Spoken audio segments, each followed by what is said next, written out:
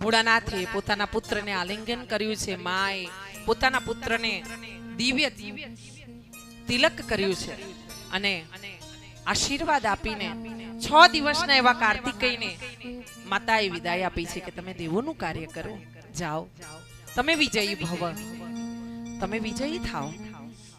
ભોળાનાથે પણ પોતાના આશીર્વાદ આપ્યા છે અને આવી રીતે ભગવાન વિષ્ણુ કાર્તિકેયને લઈને દેવોની પાસે આવ્યા છે.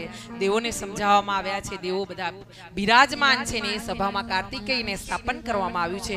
સર્વે દેવોના સેનાપતિ તરીકે ભગવાન કાર્તિકેયનો અભિષેક કરવામાં આવ્યો છે અને એમને સ્થાપિત કરવામાં આવ્યા છે સેનાપતિ તરીકે. અને આવી રીતે એક સેના બનાવવામાં આવી છે અને નવયુવાન એવા કાર્તિકેય સિંહાસન પર બિરાજમાન છે. અને અહીંયા નારદજી આવ્યા છે